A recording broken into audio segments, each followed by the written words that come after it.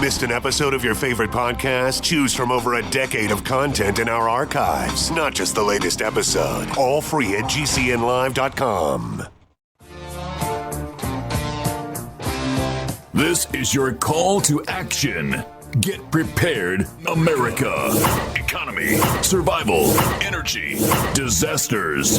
This is USAPrepares.com. Informative radio, educational radio. Interact now by emailing instructor@USAPrepares.com or text at 434-390-7953. Class, please take your seats. Now, your instructor, Vincent Finelli. You know, they take such good care of me here at Genesis Communications Network. They really do. Two engineers taking care of USAPrepares.com. Nathan and Mackenzie. And thanks very much for being side by side with us as we broadcast 2 hours from high atop the Missouri Ozark Mountains. We're delighted you're here with us. I'm Vincent Finelli. Captain John Regan's with us, U.S. Air Force Reserves retired. Welcome, Captain John Regan. Good morning, Vincent. Hey, is it Monday? Opening line when John Regan and I connect, usually 5 to 10 minutes before the broadcast, and one of us, mostly John, will say, first words out of his mouth, is it Monday already? It's great to be with you, Captain John Regan, and I really do appreciate all the effort that you put into the research to explain to our broadcast classroom what's happening, why, and your sage opinions as to what it really means and what we need to do about it. Really appreciate it. I heard on the news, just as we were going live, that gas prices have dropped a nickel, 5 cents. $2.02 is the price in Oklahoma. $3.02 in San Francisco. And I did a quick look right here in Missouri. The lowest price available for regular gasoline at the pump, fully taxed, ready for your consumption class, is $1.87 in Missouri. That's the lowest price. It's hard to find it at that price. But typically, we can find it at $2.14. So gas prices have fallen a little bit. I just wanted to share that, to connect those dots with what the news says. So yeah, news is probably accurate. Captain John Regan, you've got a list, fabulous list of topics to discuss today on thefinancialstateoftheunion.com, thefinancialstateoftheunion.com. And if you click on the news tab, class, you can click on resources for USA Prepares May 8th.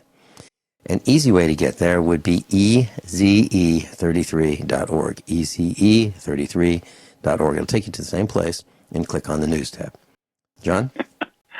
I tell you, I've got about 40 items up there for today, and of course, we're only going to be able to discuss a few of those. Well, I do want to point out I do have an article for Government Smarts today.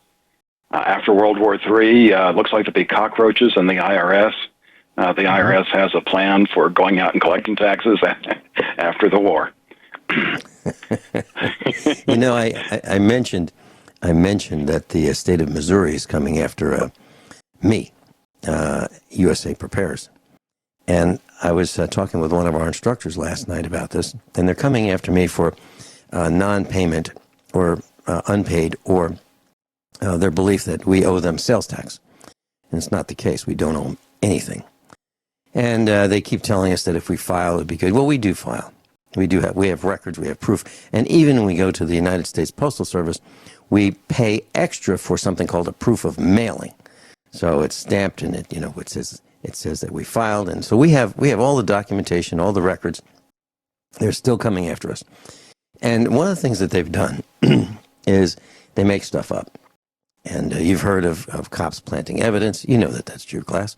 Well, what the state of Missouri does, and has done, is the Department of Revenue will make up taxes. They will say, well, dance studios, we haven't taxed them. Let's go tax them. So they will conjure up a tax for dance lessons. Then they will go after the dance studios and say, you owe us sales tax. that you haven't paid. And by the way, not only do you owe us for the tax, you owe us interest and penalties, and they slam these dance studios. And there is no tax on dance studios. So what happened is the Missouri House of Representatives decided they had it with the Department of Revenue, and they came up with a bill, and they passed the bill into law that says they can't do this kind of stuff. So here we have the the state representatives, alleged representatives, clamping down on the Department of Revenue. So we're going to continue exposing who the Department of Revenue is. So yeah, and when you talk about the IRS, yeah, they'll come after the last guy. They'll come after the last guy, even when there's just cockroaches left. It's disgraceful.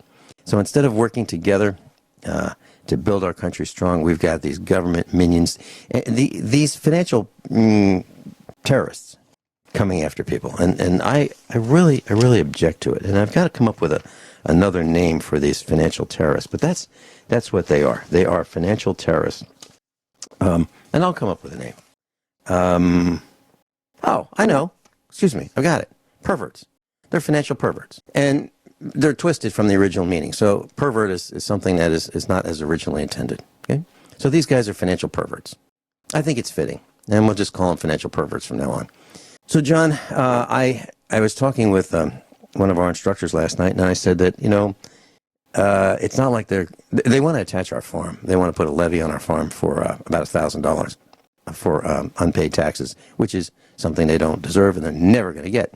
Well, I mentioned that because it's just me and I'm the entire corporation, I'm the board of directors, I'm the secretary, the treasurer, the CEO, I'm everybody.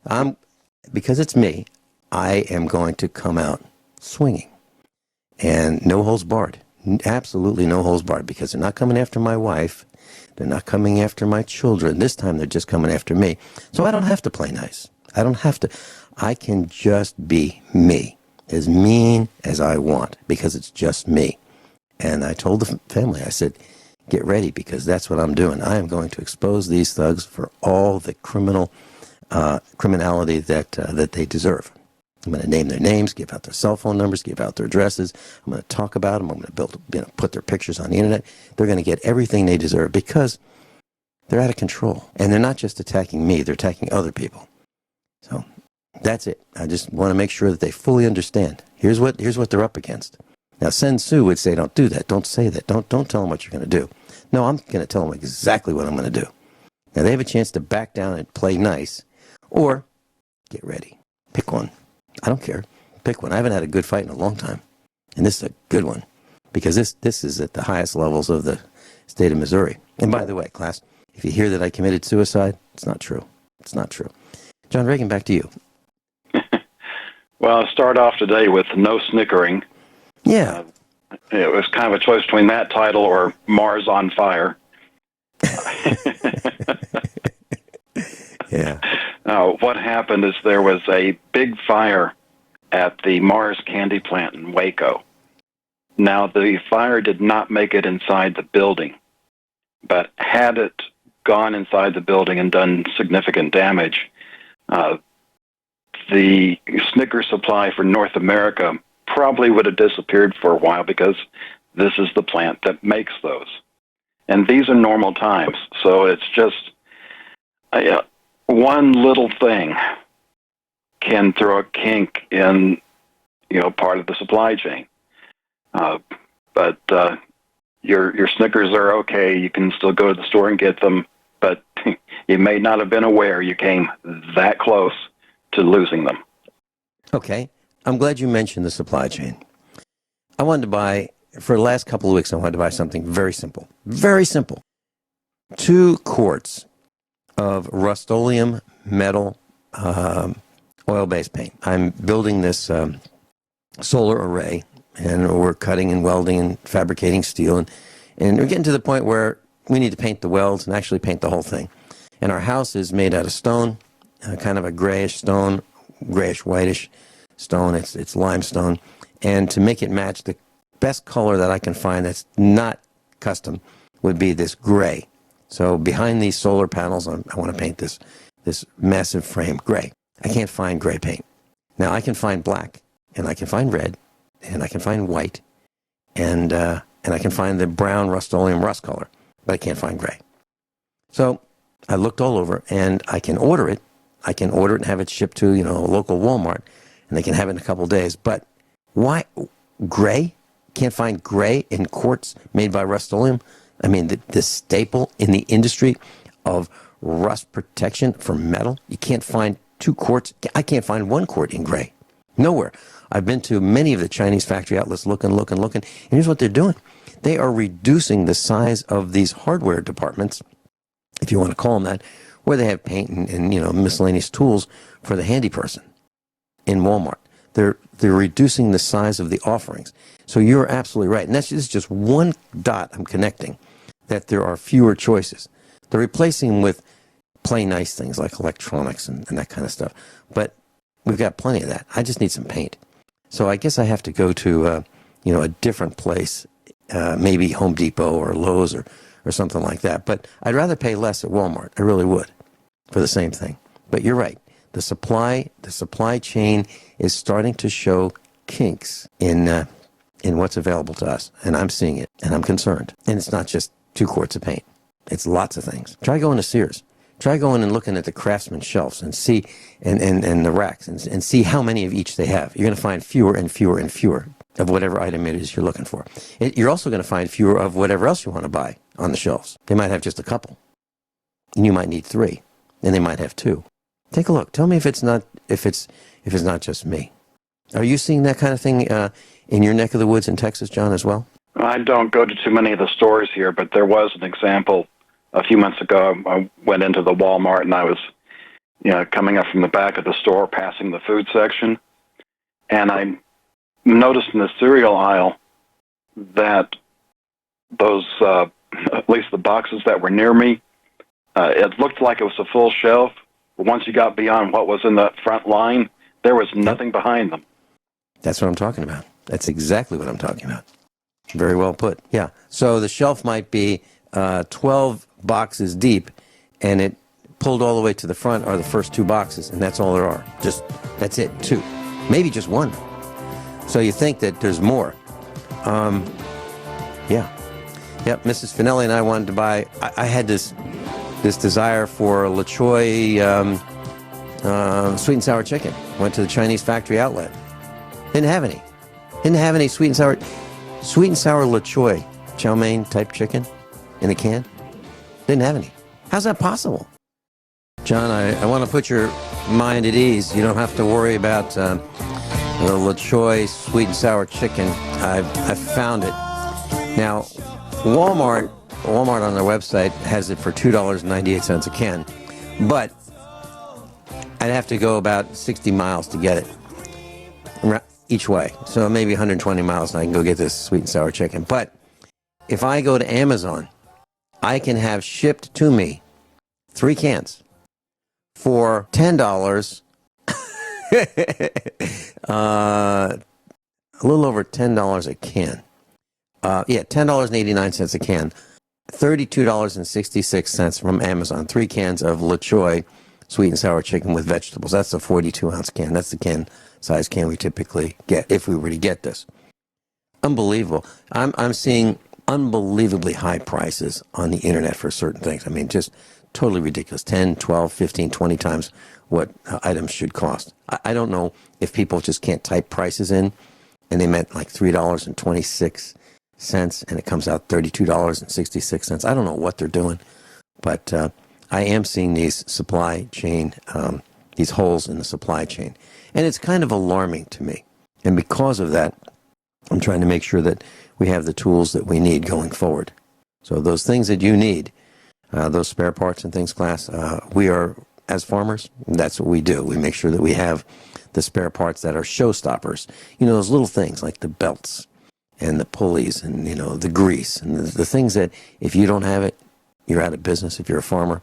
That's what we're making sure that we have. And we are trying to make sure that we're going to survive in the long run. So I just wanted to share that with you. John Regan, back to you. Up next, end of the line. And This is a story from a tech guy. He has his own podcast studio and everything. So he's really up on protecting all the equipment in his house. And one evening he goes to bed, and all of a sudden there's this beep. And between there and 2 a.m., he lost 6 UPSs. That's the battery backup that you plug your electronics into to protect them from surges and also give them a certain amount of lifespan after the power goes out so that you can either continue working or do an orderly shutdown. And it turns out that most of these were pretty much at the end of their life anyway. And in the final analysis, there actually had been a power surge that did go through the lines from the electric company. And these battery backups did their job properly. They gave up their life to protect the equipment. None of his equipment was damaged other than the UPSs. But it's, again, these are normal times, so he can just go down the store and pick up new ones. But the point is when you get these, they are constantly protecting your equipment. And you may not know anything has happened. Sooner or later, that battery is going to go out on you. At that point, you really need to make a decision. Do you buy another battery or do you buy a new UPS? But the second time around, when that battery goes, it's just time to buy a new UPS because you don't know everything that it's done for you.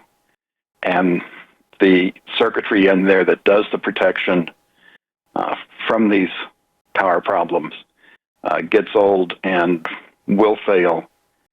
So, yeah, like I say, general rule of thumb, might we be able to replace battery once, second time, replace the UPS.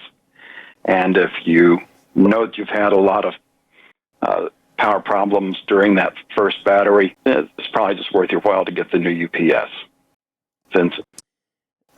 The company that's discussed in this article that you're talking about is APC, stands for American Power Conversion. I believe that they are the finest in UPS, which stands for uninterruptible power systems or power sources. And back in the 1980s, when I had a position at the bank, I decided that I would standardize all of our banking equipment on one brand of uninterruptible power systems for the small devices, and I standardized on APC. Why? Because I called the engineers and I asked them lots and lots of questions. I'm talking about the guys who designed the systems. I had a lot of questions for them, and they had all the answers except one. There was one answer they couldn't give me, and I'll tell you what that was when we come back. Class, I think one of the things that USA Prepares does is we bring real-life experiences to situations. So John was talking about the news and surge protection and uninterruptible power systems, and here's another dot that we're going to connect. So APC, American Power Conversion, is a company that I standardized, and I chose them as the manufacturer of my choice when I was in the banking environment. I figured based on my research, they had the best products for what I was trying to do. And we had our computer manufacturing company in Virginia. I even standardized as well on those products. And I said we would guarantee for 1 year against manufacturer's defects the computer if you connected it to a surge protector that we approved of. And we only approved of one. And you could get them for $17 or $14 or $13 back then. And it was made by APC. So we knew that they were the best, and they were the only ones that really we could feel confident would protect the computer equipment from lightning strikes and other surges. Well, here's the answer. So American Power Conversion, when I talked to the engineers, I had lots of questions, and one of the questions was this, downstream. So let's say you have, in your house, you have an outlet, or several outlets that come from your breaker panel, and they go into bedroom number 1. And then that circuit continues on into bedroom number 2. Now, if you have a surge protector plugged into bedroom number 1, and a surge comes in, travels through the circuit breaker panel into bedroom number 1, is bedroom number 2 protected, even though there's no surge protector in bedroom number 2? Is if you just have a clock radio or a stereo or something plugged into a regular wall outlet in bedroom number 2, is it protected at all because it's on the same circuit, but upstream from that circuit is a surge protector? Is it protected at all? And they said, wow, no one's ever asked us that question before. So they said, I'll tell you what, we'll get back to you. We're going to go to the lab and we're going to find out. And this is back in the mid-1980s. Now, the company just started in 1981. So they were a brand new company. They haven't even sold their stock yet, which they made available in 1986. But they called me back. The engineer called me back and he said, you know what? It works. It absolutely works. But there's a 75-volt delta between the protection that you get if the equipment's plugged into our surge protector versus downstream. So 75 volts more gets let through. So it's not quite as good, but it's better than nothing. Actually, it kind of works. So I just wanted to share that with you. So, and the other thing I want to share with you is John Reagan's absolutely right. The electronics in these backups and surge protectors wear out. Why? Because they have something called a metal oxide varistor in them, MOV. And what happens is you get these little surges. Typically on American power conversion equipment, it will let through under 330 volts. So if you have it plugged in, you will be attenuated 330 volts, or it will let 330 volts in and less, but not more. So the big voltage spikes are the ones you want to stop, but they're persistent. They just keep showing up, boom, boom, boom, like a lot, and they take their toll on the electronics, these non-moving electronic parts, especially the metal oxide varistors. And after a while, that toll destroys them. So they wear out. They literally wear out, even though there are no moving parts, even though there's no oil leaking on the floor, even though you don't see any spattering of electronics or burn marks, they still wear out. And the capacitors wear out as well. And typically capacitors last about 7 to 10 years in these electronic devices. So that's why we keep replacing motherboards and computers and so forth, because of these electrolytic capacitors that just don't have a really good lifespan, more than 10 years. So I just want to share that with you. Those are a couple thoughts about what you said with American power conversion and surge protection and UPSs. And of course the batteries, they don't last very long. And what I've done, just so you know, and it's dangerous, I took out the gel cell battery and I put in a deep cycle battery in my UPS. I have like a huge UPS made by American Power Conversion. But the problem is, after about 2 years, the batteries seem to off-gas too much gas, and it makes them prone to explosion. And we've had 2 explosions as a result of off-gassing and lightning outside. So off-gassing, lightning outside the window of the studio, the lightning lights up the hydrogen gas, and boom, 2 explosions in the studio. So I know what that's like. I don't do that anymore. That's my thoughts on uninterruptible power. And you're right on the money, John. Thank you. And then there's a call, John, can you do the show today? Because there was sulfuric acid all over the studio. And let me tell you what. When that thing went off, it sounded like an M80 or a couple cherry bombs simultaneously going off in the studio. Boom. And there was sulfuric acid fumes everywhere. And I had to put on a respirator and a suit and mop it up and open the window. And for days, it was a mess, absolute mess. So I don't recommend that you put a lead acid battery in the house, where if it can explode, it might. And what did I do? To protect us from that. Vinny's thinking, I know what to do. I'll just put it in one of those plastic battery boxes, those boat battery boxes with the vents on it. So if anything happens, there's a little spill, it'll all be self-contained. Well, it blew the lid off that box. It blew the top off the battery. It blew the caps. And when I say blew the top off the battery, I'm not just talking about just the fill caps. I'm talking it blew the plastic case apart. And you can see the lead plates. It was a mess. It really was a mess. So everything can be fine, and you have the hydrogen gas trapped in this small case, and you don't need much. If you have the amount that would fill a coffee cup with hydrogen gas, that's enough. That's enough to blow that battery to bits. How do I know? I saw it. I saw the results. So be really careful if you do that. And if I were to do that again, I would have the battery in a place where if it did blow up, it'd be okay, and I would have plenty of ventilation around it, and I would not put it in a box. That's just my thought. Unless it's a pressure ventilated box that's way big enough to hold the explosion. But I've even read on the internet. You can do a search on the internet, and you can find out. Do Walmart lead acid batteries explode? Yeah, they do. They do. And so, please be careful if you entertain that. Now, we've talked a lot about self-driving cars, And next up, Meet Otto. And those of you that have seen the spoof movie Airplane, there was an automatic pilot named Otto that would inflate and fly the plane. Well, this isn't a blow-up, but it's a portable robot, weighs about 33 pounds. The current prototype costs about $1,600, that you can place in a vehicle and make it a self-driving vehicle. So when it gets to the point where they're going to make the insurance payments too expensive for you to drive yourself, you'll be able to at least keep your old car for a little bit and upgrade to this automatic driver. John, are you concerned about that? These vehicles that drive themselves, and not only that, how about having one of your self-driving vehicles stolen? Because there's discussion now about, well, we haven't regulated these mechanics, and we haven't licensed these mechanics, and we haven't certified these mechanics. So now we've got mechanics who can be induced to steal your car.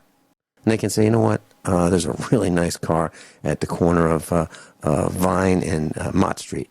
And tell you what, 3 o'clock a.m., let's just we'll have that car come over to us. We'll have it start itself up, drive over to us. We'll put it in the van and send it over to the chop shop, all by itself. All we need to do is hack it. Don't see that happening. You don't? Because you're going to have the vehicle to vehicle and vehicle to everything communications, and it's going to know where everything is at all times. Okay, so that car is going to tell you on your cell phone, listen, I'm going for a ride. Is that what we're saying?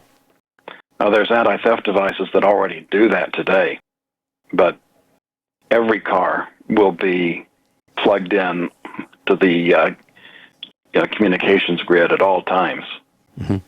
Yeah, I'm talking about like right now.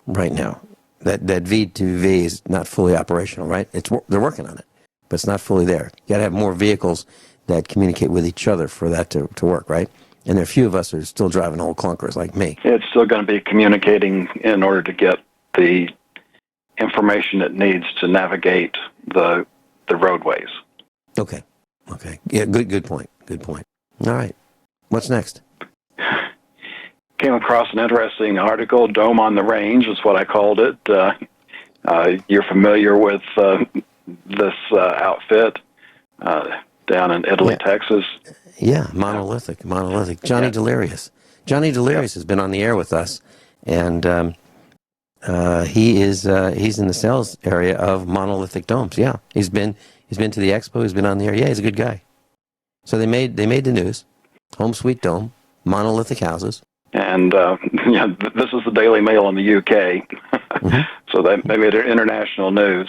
And if you do drive I-35, and you do see that caterpillar that is pictured in the article, it's a series of about 7 domes that are painted different colors, and it's made me think of Johnny, and it is one of the better buildings that you can have for yourself, especially in terms of thinking about tornadoes, which we've had quite a few of lately.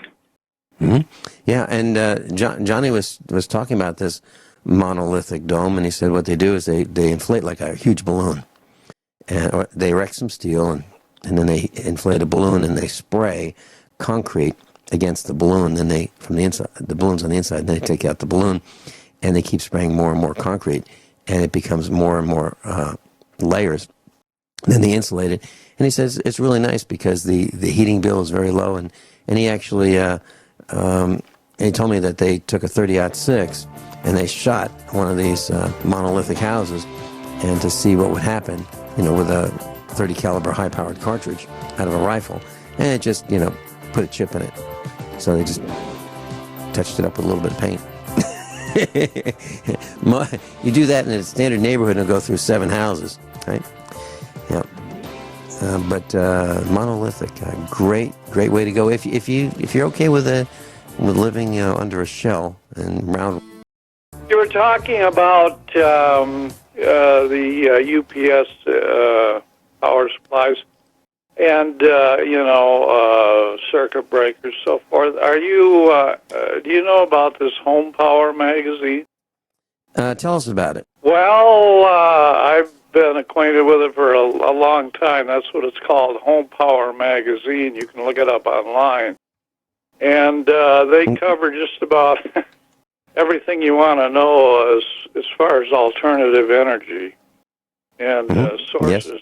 They're very good. In fact, I've got a videotape of batteries. This battery room that I think his name was Richard something. I don't remember exactly what it was, but he showed how he had his batteries set up with controls.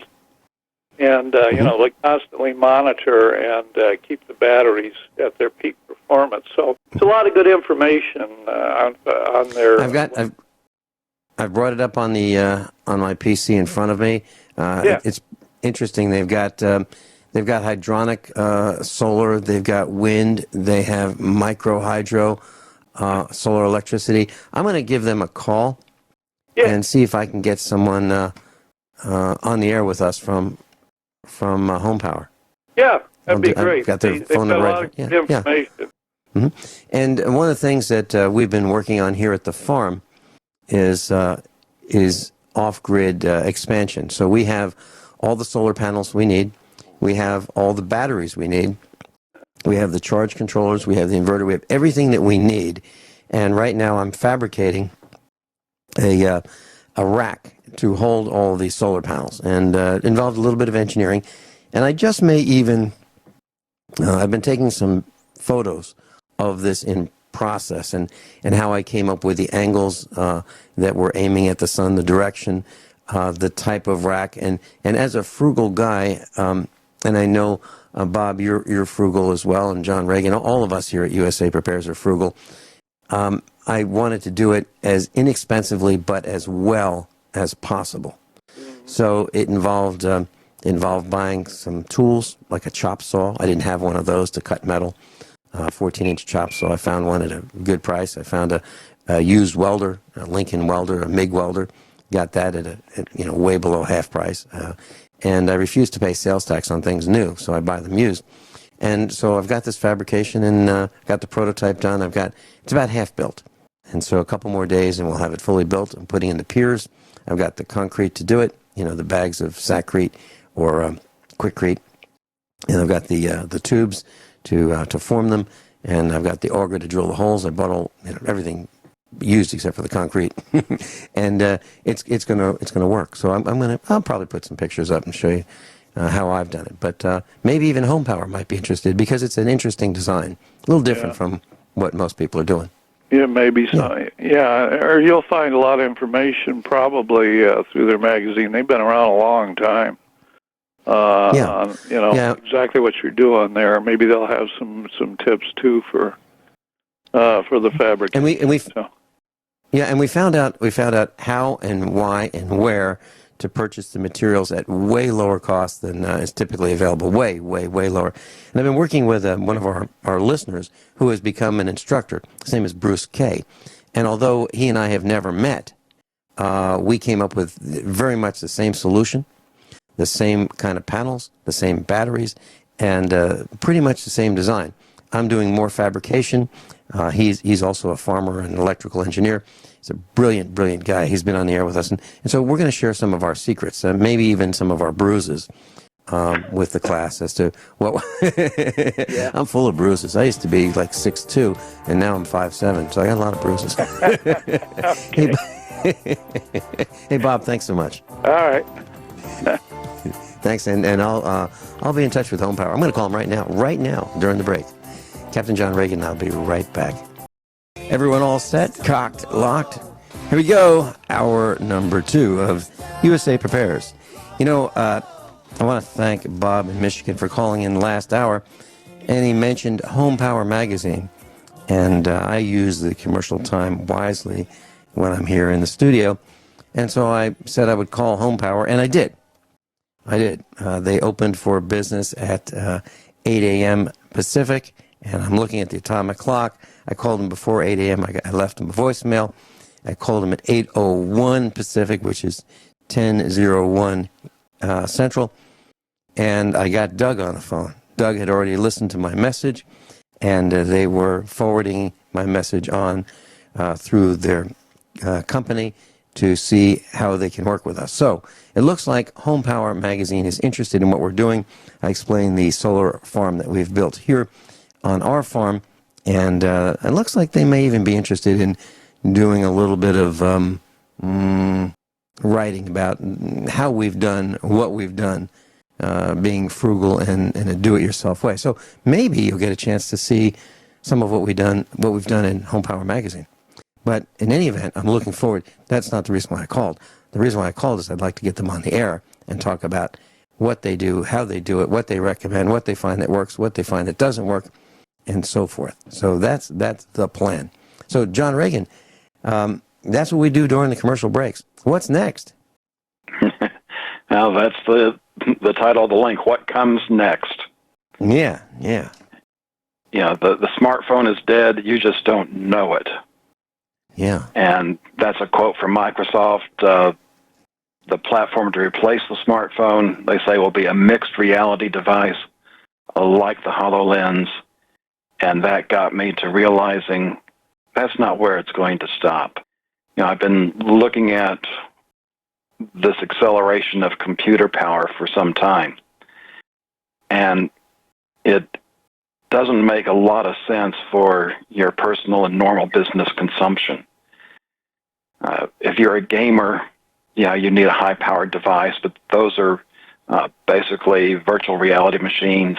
If you're processing a lot of video, it makes sense to have a high-powered computer.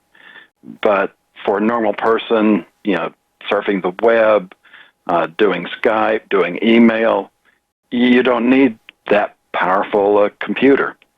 So where is all of this going? And unfortunately, I think I see, and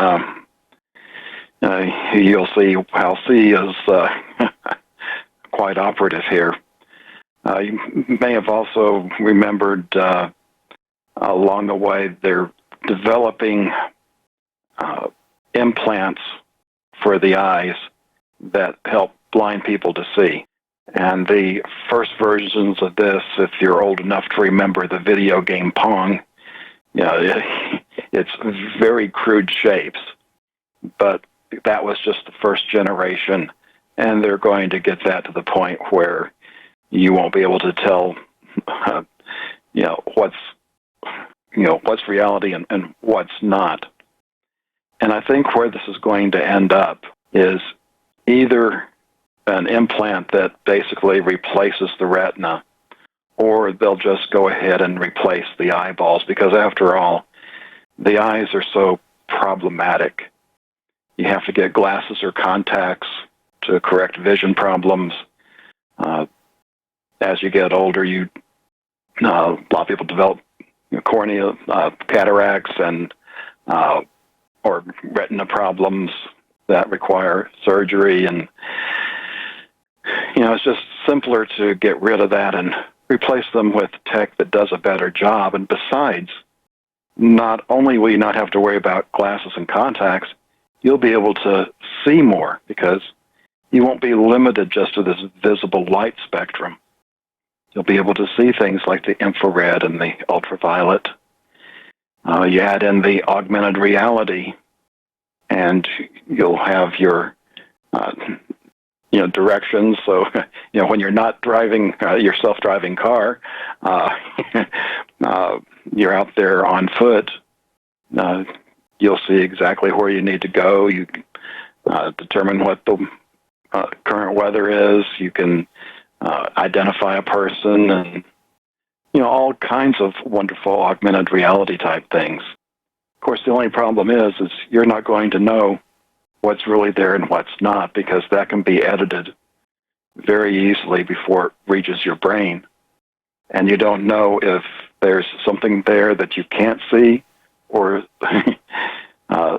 something that is not there that you do see. And this is going down a very frightening path, Vincent. It is frightening.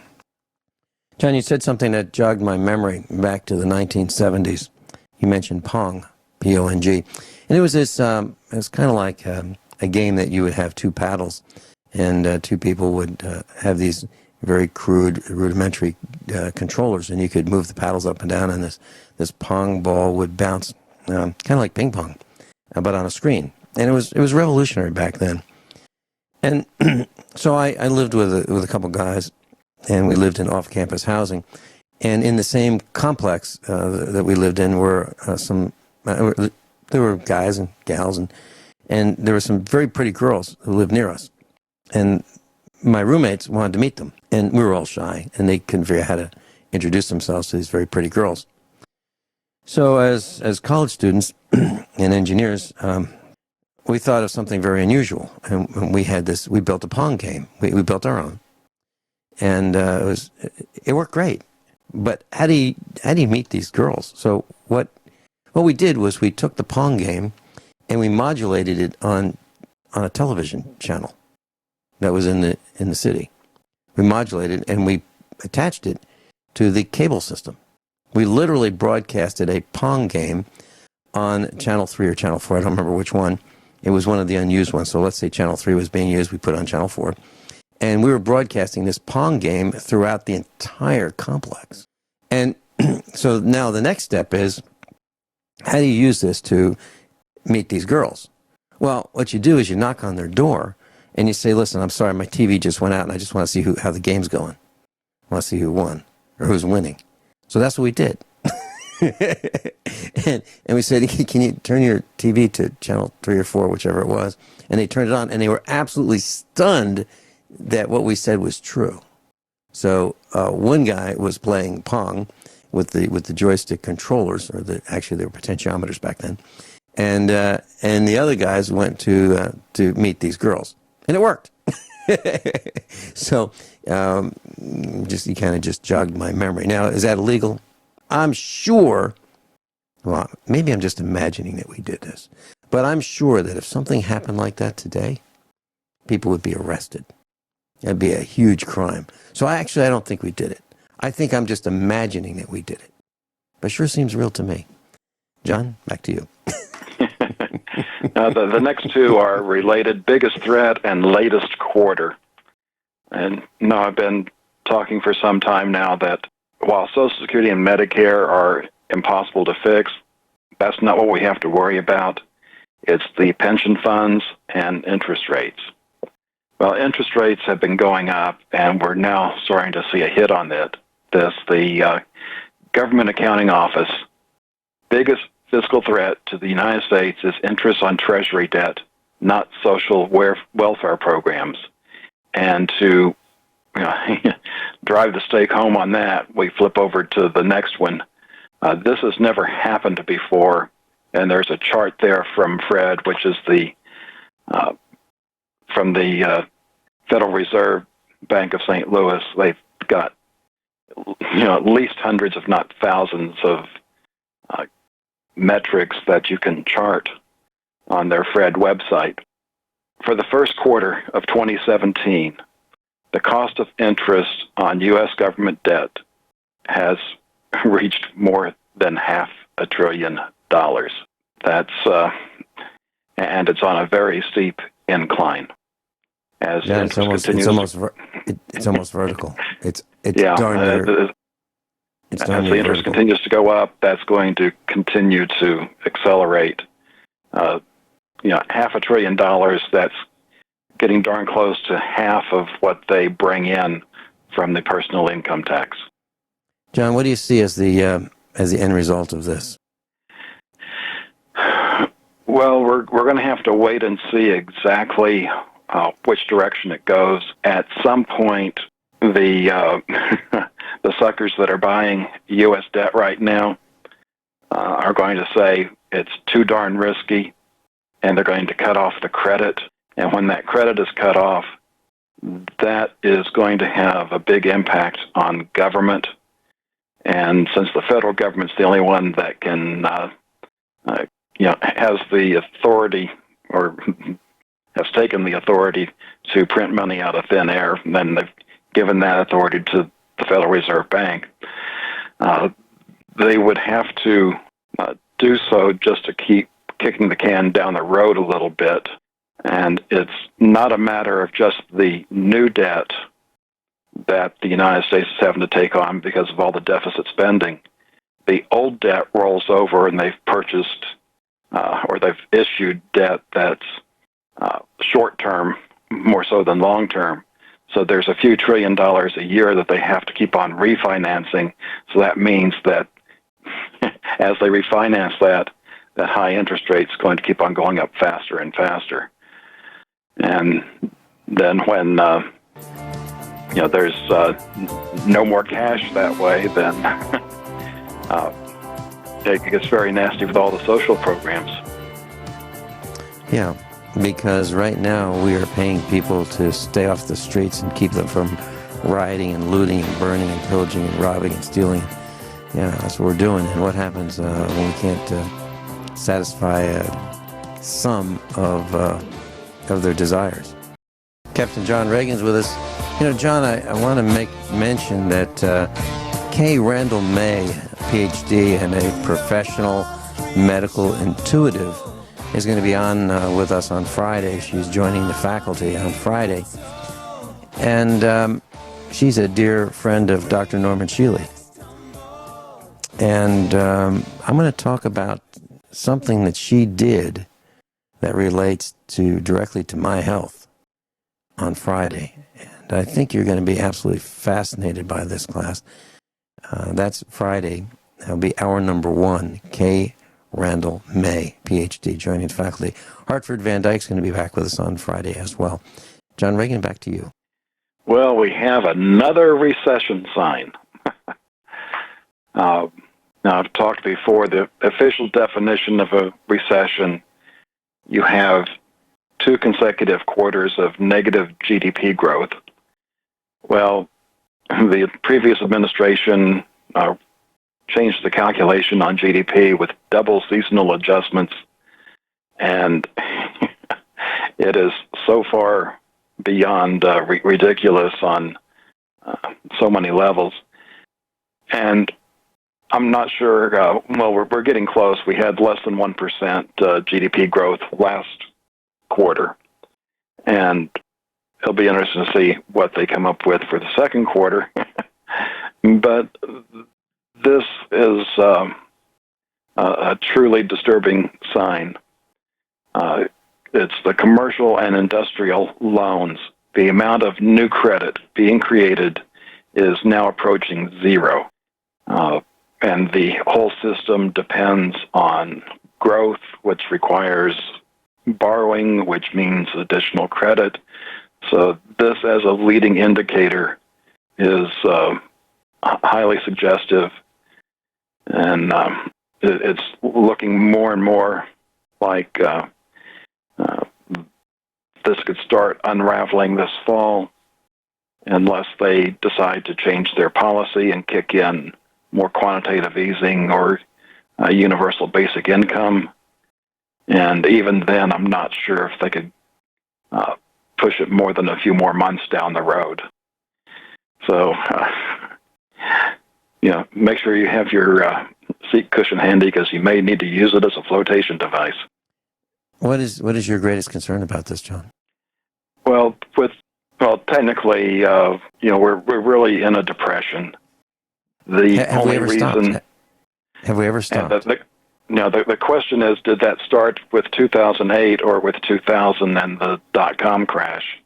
Mm-hmm. Since 2008, the central banks have pumped $70 trillion into the markets to keep things looking normal.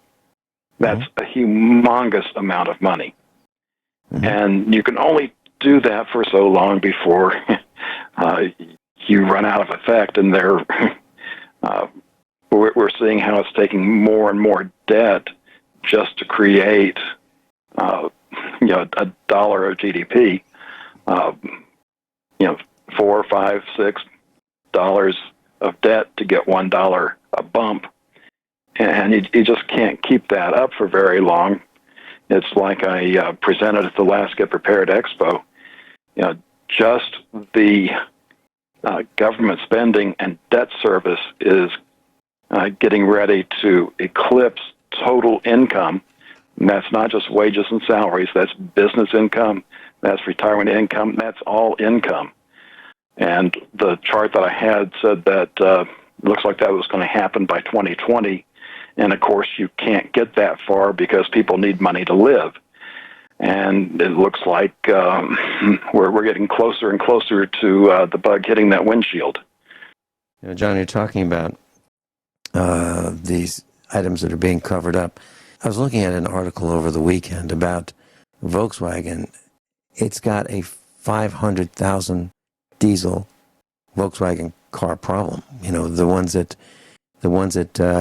they've lied about the emissions. What are they going to do with them? What are they going to do with all these new vehicles? So they say they don't meet emission standards, so they're just going to let them rot, or they're going to melt them down and turn them into junk, which will cause more pollution. So things are being covered up on very, very large scales. We're talking about 500,000 vehicles that Volkswagen is kind of hiding throughout the world in the United States. And automobile inventories are high. John Regan's with us, thefinancialstateoftheunion.com. And if you'd like to go to the website, thefinancialstateoftheunion.com, and click on the news tab, or you can go to it with less typing, eze33.org, and click on the news tab. John, back to you. Let's go ahead and skip down to the bottom of hour 2, depression, wisdom. Wisdom is in quotes. I think we're going to see some things repeating here. And on October 29th, 1929, which that will end up being 88 years ago this year, there was a big stock market crash on the order of 90%.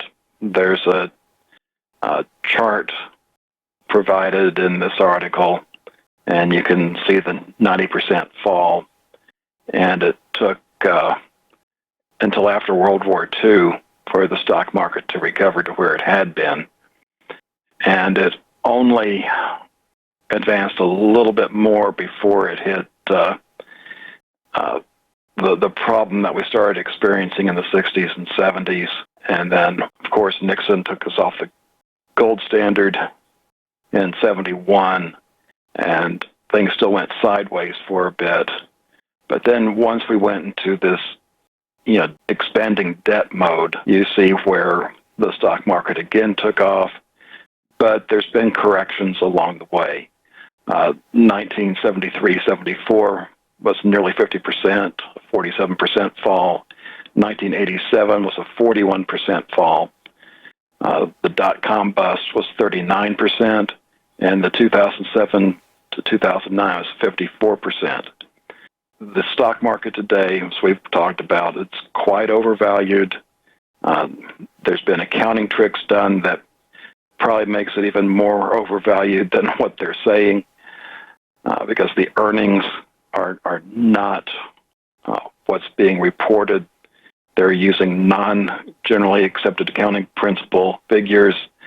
They are buying back stock, which inflates the earnings per share. So I think just based on the recent corrections that we've seen from 1973 on, 50% is probably the minimum that this next crash is going to experience.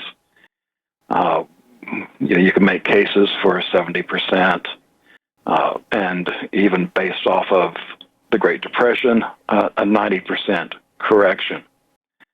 And there's been lots of talk about how great things are, especially since Trump has taken over.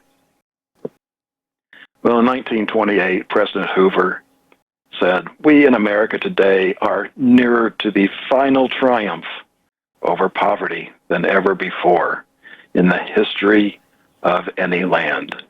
The poorhouse is vanishing from among us." Yeah, that worked out pretty well. September 1929, a little over a month before the crash. There is no cause to worry. The high tide of prosperity will continue. And then there was a professor of business at Ohio State just a couple of weeks before the crash. Stock prices will stay at high levels for years to come. So you can take all of this wonderful stuff you see in the old media and understand in a historical context that it doesn't carry very much weight. There's a lot of things different this time, and when you do see that crash happen, and there's going to be no real warning for that, I'll find out the same time you do. But whatever it is, whether it's a 50%, 70%, 90%, that's going to have a tremendous impact on these pension funds that are already underfunded and cause all kinds of other problems. Again, looking at the Depression from 29, there was the crash, but the worst part of the Depression was considered around 1933, 4 years later. I think given the globalization and the automation that we have today, it won't take 4 years to get that bad. So if we have that stock market crash this year, I'd say we'd probably be looking at those kind of desperate times by, say, 2019. That's my take on things. Vincent? John, here's something that Franklin Delano Roosevelt said. All safety deposit boxes in banks or financial institutions have been sealed and may only be opened in the presence of an agent of the Internal Revenue Service.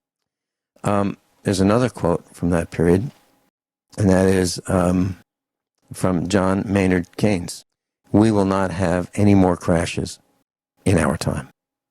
Just two quotes. So, class, if you're thinking about keeping your valuables safe, it would be absolutely foolhardy to put them in a safety deposit box, controlled by other people who you hardly know. Those smiling people at the bank, you have no idea who they are. All you do is you may know their names, you may recognize them when they're at the bank, you may not even recognize them if you see them at the Chinese factory outlet. Why would you entrust any of your valuables to people you don't know? They can be locked down, as have done before. Ronald Reagan said, recession is when your neighbor loses his job. Depression is when you lose yours. All quotes that we should think about. And Alfred P. Sloan said, I see no reason why 1931 should not be an extremely good year. John Regan, I sat down at the kitchen table with my mom and dad back in the 70s when I was at the university. And I said to my mom, when did the Depression end? She thought about it. My dad thought about it, and they figured it out. It was right in front of them. It was World War II. World War II solved the problem of the Great Depression. People were put back to work. Civil Conservation Corps, Works Progress Administration. The country was put to work and building munitions and blowing up other parts of the world. And that's what we did. And we fixed the problem with the Depression. And it really wasn't called a Depression at first. That was just to make it a little more palatable. It was called the panic. And that's what it was. It was a panic. People lost everything. And I remember asking my parents, who grew up through the Depression, what was it like? What were prices like? John, did you ask your folks what prices were like during the Depression? Because I have the answer as to what mine told me.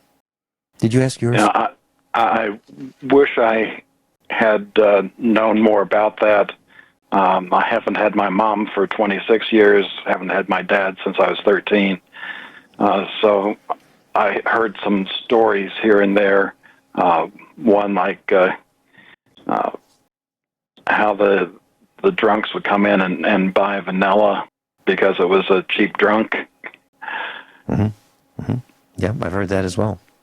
Because vanilla was made with alcohol. Yep. Right. Yeah. And here's what I learned, John.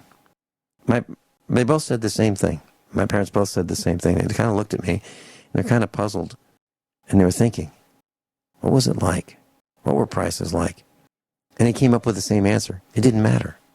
It didn't matter what the prices were, because nobody had any money, regardless of what the prices were. They couldn't, even if it was low in price, they couldn't afford it because everybody was broke. And those were the days when my grandparents raised chickens in their backyard. Didn't have to worry about codes and covenants and deed restrictions, and they raised their own chickens, and they butchered their own chickens, and they raised their garden. Their garden had you go out the back steps of their house and walk down the steps, and there was a small patio. To the left and right of the patio were grapevines overhead, covering the patio for shade. Grapes that you could eat. Fabulous, fabulous grapes. And then outside of this little concrete patio, the rest of the entire backyard was a garden, except for this outdoor sink and an area where you could wash the vegetables and the grapes outside before you brought them inside. It was a factory. It was a small food factory for one family. That's what their entire backyard was. The front yard, small patch of grass. And when I say small, you could mow it with an Armstrong lawnmower. Armstrong lawnmower, that's one of those things that had the knives that you would sharpen, and you'd push that thing through the grass. No engine. It was brutal. But you could mow the lawn in about 4 minutes because it was so small. But in the backyard, that was the food factory. And that's what people did. And it wasn't just my grandparents that did it. And who was involved? The entire family. The entire family was involved in their own survival. And it worked. That's why I'm here today. And maybe that's why I have the values I have. Because maybe that's the genetic stock. Maybe it's the lessons. Maybe it's the nurture and the nature that I've been exposed to. And I'm so thankful for. Because my grandparents, my family are very, very hard workers. And they've instilled that in me. And I'm trying to share some of these stories with our class, our broadcast classroom. Yes, you can. And what are we doing in our backyard right now? We have expanded our garden. What did we do over the weekend? We put in the fence. And what did we use? We used cattle panels. They're $19 a piece. And we got some steel fence posts and pounded them in. And that's to protect our garden from the animals who want to eat our garden. That's what we're doing. This is lessons learned from the Depression. And in class, I hope that you take a page out of our book and prepare and defend and take care of your family the way we're trying to teach you, because it works. Captain John Regan, I'll be right back. Captain John Regan is with us.